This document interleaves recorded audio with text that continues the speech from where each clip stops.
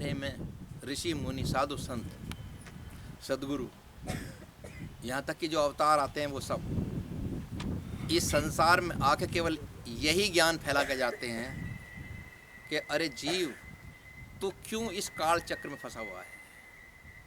अनेकों बार तू जन्म लेता रहा है, अनेकों बार तू मरता रहा है, अनेकों बार तू काल कोठरी में बंद कर दिया गया है जो माता का गर्भ होता है।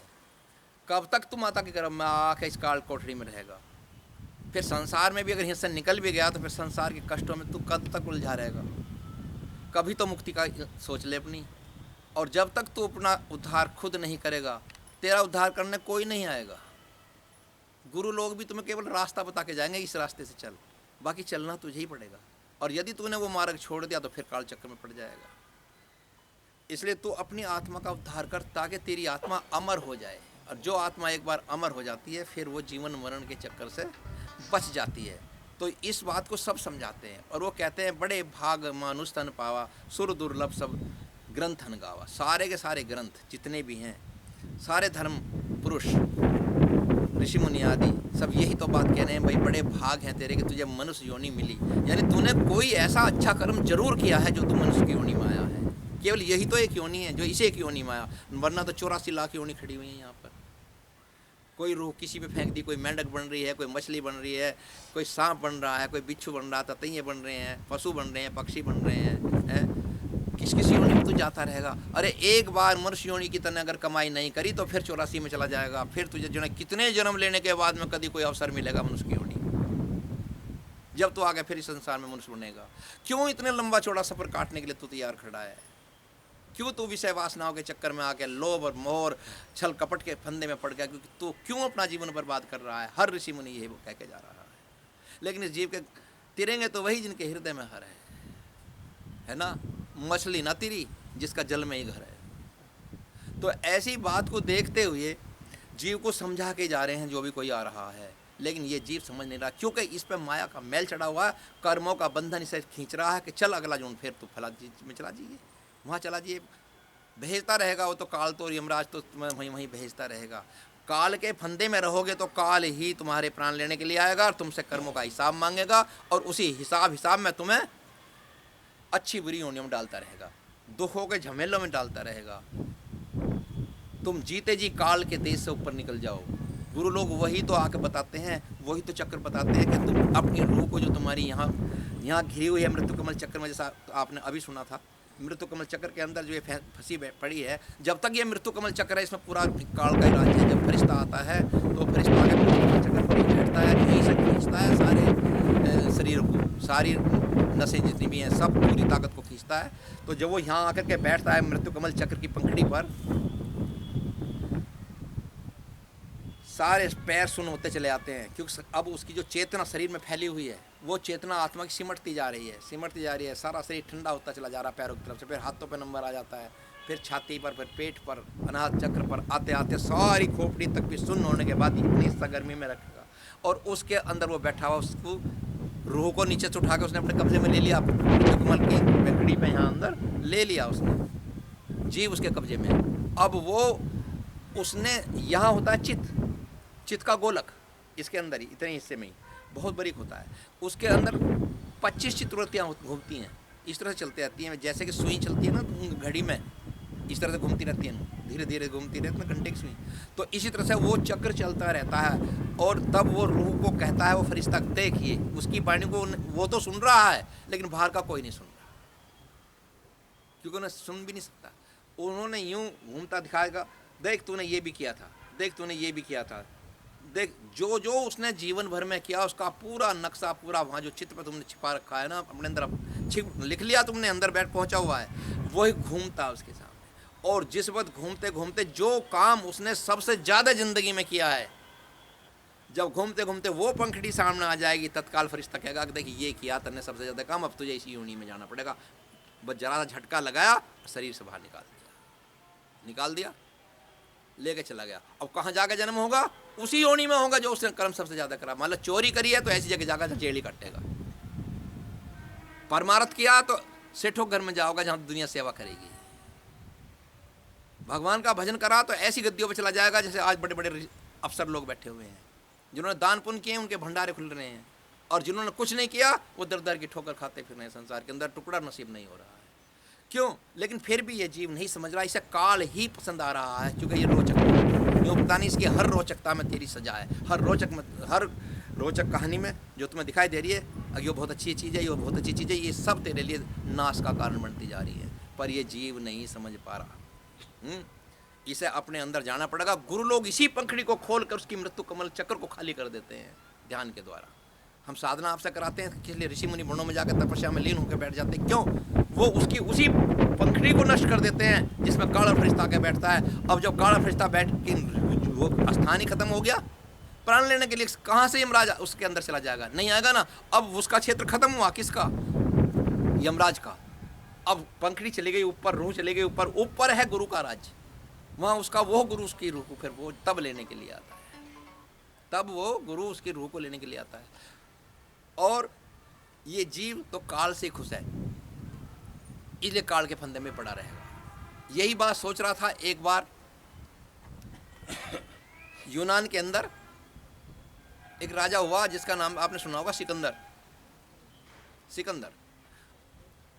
वहाँ कुछ ऋषि मुनि यूनान देश के ही, क्योंकि उस वक्त तो सारे में हिंदू धर्म प्रचलित था, तो उन्होंने जाकर उनसे कहा, राजा सिकंदर से, अब महाराज आपके मन में एक जो बात समा रही है कि मैं सारी पृथ्वी पर राज करूं, सभी राजाओं को, महाराजाओं को, सबको जीत लूं और सबका स्वामी मैं बन जाऊं। तो उसने ऐसा किया भी है। उसने अपने बहुत सारे राज्यों को, दूसरे आसपास के देशों को जीत करके अपने में जोड़ता चला गया। तो ऋषि मुनि समझा रहे हैं कि तुम इस काम को छोड़ करके भगवान की भक्ति में लग जाओ। उन्होंने कहा मुझे ऐसी भक्ति नहीं चाहिए, क्योंकि उस पर काल चक्र खड़ा है उसके सिर पे भोगने के लिए। वो क्यों किसी सदगुरु की शरण में जाएगा? अभी नहीं जाएगा, क्योंकि अभी कर्म भोगने के लिए। कर्म तो फिर गुरु काटेगा, वो ध्यान के द्वारा कटा देता है। उन्होंने कहा महाराज तुम चाहते क्या हो? मैं ये चाहता हूँ कि सारी दुनिया में राज करूँ और मैं अमर हो जाऊँ। तो उन्होंने कहा ऋषियों ने कि महाराज सिकंदर, अमर होना इतना सहज है। इस सृष्टि पर जो भी आया, बड़े बड़े राजे महाराजे सब चले गए, आते हैं और जाते रहेंगे, और ये सिलसिला कभी ख़त्म नहीं होता। यमराज सबके पीछे लगा हुआ बैठा, काल किसी को छोड़ नहीं रहा। क्या लगा? मैं अमर होना चाहता हूँ। अगर मैं अमर हो गया तो सारी सृष्टि मेरी होगी, सारा राज क्या करेगा? सारे राज को लेके भी वो क्या कर लेगा बताओ? जैसा एक छोटे राज में सुख है, वैसा ही बड़े राज में भी, बल्कि बड़े राज में दुख है। जो छोटे में सीमित होकर जिएगा और उसमें जगह जगह संकटों के साथ जिएगा, तो उसकी समझ में नहीं आ रहा। उसने कहा तो महाराज फिर हमारी होने की बात हो तो बताऊं? उन्होंने कहा हाँ, हिंदुस्तान में चला जा, और हिंदुस्तान के अंदर ऐसे ऐसे संत ऋषि मुनि गुफाओं में तपस्या कर रहे हैं जो अमर हैं आज तक। वहाँ तुम्हें 1,000, 2,000, 5,000 वर्ष के भी ऋषि मिल जाएंगे, और आज भी हैं। अश्वत्थामा आज 5,000 वर्ष हो गए जीवित मिलता है। परशुराम जी आज 8,000 से भी साल ऊपर हो गए, जो मुझे पांडवपोल में मिले थे। मेरी बात हुई उनसे, 2.5 घंटे चला मैं उनके साथ, आज तक जीवित हैं पांडवपोल वाले वो परशुराम। और बहुत सारे किस किस को बताऊं? हिमाचल की एक पहाड़ी है, उस पहाड़ सिंघाड़ा नाम है जिसका, उस पहाड़ी के अंदर 5,000, 10,000 वर्ष के ऋषि मुनि आज भी तप कर रहे हैं। एक लाहौरी साहब आए थे वहाँ से, इसमें कभी कभी वे हिंदुस्तान में आया करते हैं जिस वक्त द्वारकापुरी में मेला लगता है श्री कृष्ण भगवान के दर्शन करने, और जब काशी बनारस में भगवान शिव की नगरी में मेला लगता है, तो इन 2 पर्वों पे वो आया करते हैं अब भी वो, और वहीं चले जाते हैं। और उनकी आज तक मृत्यु का, जन्म का ही पता नहीं कि कितने युग बीत गए, वो अमर हो चुके हैं। और जो आदमी अमर हो जाता है वो इच्छाधारी हो जाता है। यदि उसने इच्छाधारी करी कि मैं छोटा सा बच्चा बन जाऊं, तत्काल छोटा बच्चा बन जाएगा। उसने यदि ये इच्छा करी कि मैं जवान लड़का बन जाऊं, तो जवान लड़का बन जाएगा। उसमें ऐसी ताकत आ जाती है जो अमर हो जाता है। इतने बड़े रहस्य को ये जनता को नहीं चाहिए, इन्हें चाहिए घर के घरेलू बात। ये बात मुझे अच्छी नहीं लगती, ये बात मुझे अच्छी नहीं लगती। ये क्या अच्छी लगेगी? ताश, शराब। सबसे बड़ी आज की जो भक्ति है ज़्यादातर लोगों की शराब में जा रही है। अब ये पता नहीं इस शराब की यूनि से तो कौन सी यूनि में जाने वाला है।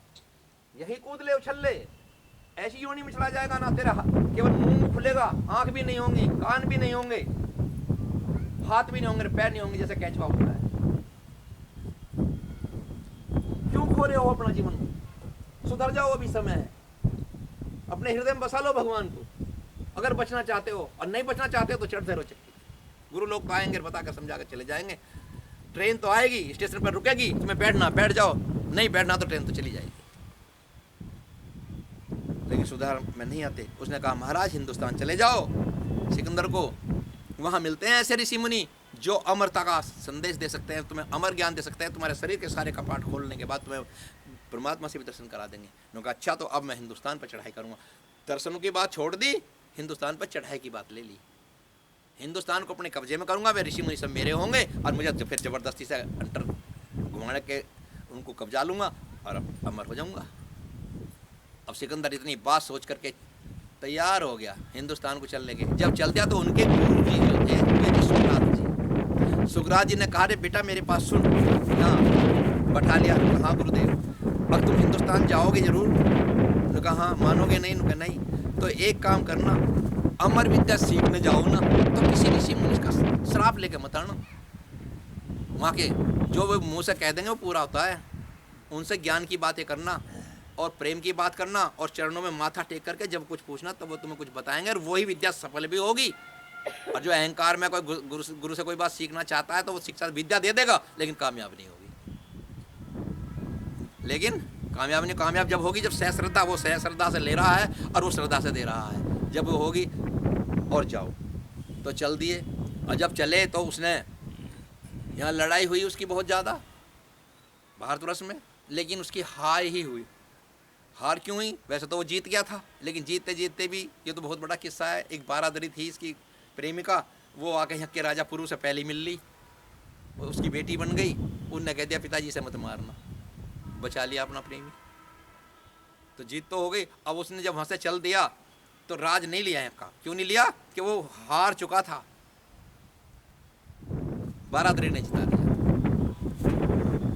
तो अब जो वहाँ से चला कि अब हम अपने नगर को वापस चलते हैं, अब हमें वो महात्मा ढूंढना।